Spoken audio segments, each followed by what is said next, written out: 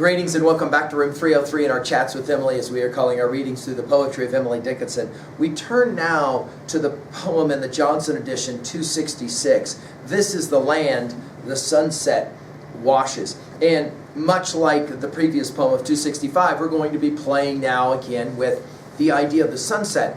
But there's, I think, something a little bit more profound happening in this poem that we will want to pay attention to. Our assumptions are that you've been following our stuff at learnstrong.net, down that left-hand side, Chats with Emily, our playlist. I'm hopeful that you worked through a set of introductory comments. I'm hopeful that you've already worked through our preceding 265 poems. We just finished with 265, Where Ships of Purple Gently Toss. And this poem will play rather nicely with that previous poem. There's some background information here, though, that I think can be of some service to you. In the Johnson edition, where he kind of explains some of the notes, he says it this way. There is a verbal echo in the second stanza of this poem from Tennyson's Locksley Hall that reads like this. Saw the heavens fill with commerce, argosies of magic sails, pilot of the purple twilight, dropping down with costly veils, end quote. This, by the way, is one of 14 poems that was selected for publishing in an article that was contributed by T.W. Higginson to the Christian Union of 25 September 1890. We've commented on this already, and it was titled The Sea of Sunset. And two words were, in fact, altered, like Orioles was altered with airy sails. And it was published in 1890 with the same title. It was arranged as two quatrains, and the altered words were again altered with fairy sails.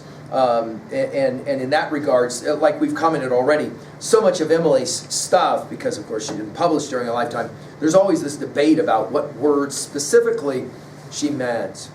She writes it this way. This is the land the sunset washes. These are the banks of the yellow sea. Where is rose, or whither it rushes? These are the western mystery. Night after night, her purple traffic strews the landing with opal bales. Merchantmen poise with upon horizons, dip and vanish like orioles. The poem has, I think, a very interesting understanding of the West and the Western mystery. And I think that's the phrase that will be most central. Notice, she'll talk first about the land that the sunset washes. So we're back to, of course, celebration of sunsets. The banks of the yellow sea. Of course, yellow because it's sunset.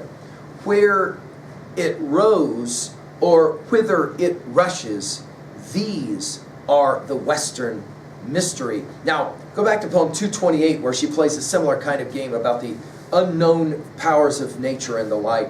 This is, of course, for her, the Western mystery will be what? Well, possibly we could argue the way in which the world works and functions. Of course, we could be talking about the questions of existence and life itself. Then notice the repetition, the cyclical nature. Night after night, her purple traffic. Of course, we've seen this already in the use of that word in our previous study when we were playing with 265. And as we said there, she uses this word purple in over 55 poems. It's one of her favorite colors, one of her favorite words. Her purple traffic strews the landing with opal bales. Now, of course, she's back to color. Merchantmen poise upon horizons, dip and vanish like orioles. Now, this I think can take us back to the purple craft of poem 15. The idea of orioles, of course, and the birds. In other words, the birds as they dip, different kinds of colors. Emily trying to capture the colors as they relate to sunset itself. And of course, at 5a, I think her argument is that nature is compelling. There's a lot that can be learned from nature, especially watching sunsets. But I'm interested at 2b at this phrase, Western mystery. We have a tendency to think we understand things because we witness them so regularly. Right. Sunset. Got it. And yet, I think a sunset can give us a really powerful intuition or insight into the notion of how a life is lived and then how it ends, just like a day. If your life is a day, think of it this way. You have obviously a morning, but then you have to have a sunset. You have to have the end of the day. And of course, through that process of studying sunsets, we begin to ask the questions about the mystery. Here, of course, it's the Western mystery. At 3A, well, we mentioned Tennyson's Locksley Hall, obviously the poem that came right before this as well. Finally, at 3B, what are your thoughts about learning anything from nature and through nature, and especially a sunset, as we asked in a previous lecture? What is your favorite sunset? When are you going to write a poem about it? Thank you.